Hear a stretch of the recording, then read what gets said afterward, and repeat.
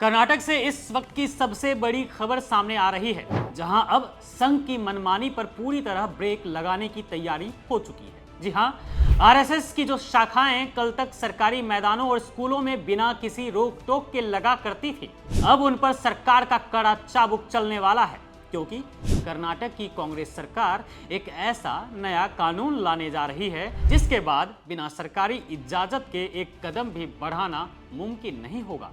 मामला बेहद सीधा और साफ है। कर्नाटक कैबिनेट ने एक नए बिल पर मुहर लगाने की तैयारी कर ली है, जिसके तहत अब राज्य के किसी भी सरकारी स्कूल, कॉलेज, मैदान या सार्वजनिक जगह पर कोई भी कार्यक्रम करने से पहले सरकार से लिखित मंजूरी लेनी ही पड़ेगी। यानी अब तक जो आरएसएस अपने हिसाब से कहीं भी शाखाएं सजा लेता था, बच्चों के दिमाग में अपने विचार ढालने का काम करता था, उस पर अब सीधे तौर पर लगाम कसने वाली है। कर्नाटक के मंत्री प्रियांक खड़गे लंबे समय से इस मुद्दे को उठा रहे थे।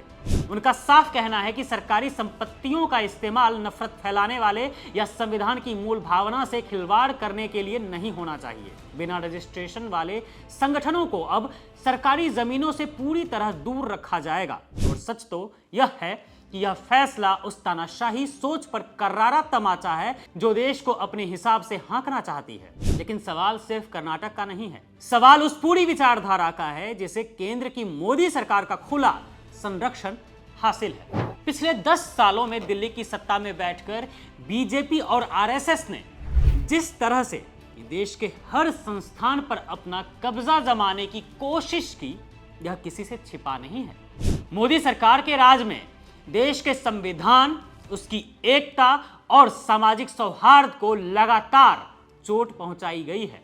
जब जब चुनाव आते हैं तब तब नफरत का बाजार गर्म कर दिया जाता है और आरएसएस की शाखाएं इसी एजेंडे को जमीन पर उतारने का जरिया बनती है। केंद्र की बीजेपी सरकार विकास के बड़े बड़े दावे तो करती है, लेकिन हकीकत यह है कि उनके पास देश के युवाओं को देने के लिए रोजगार नहीं है।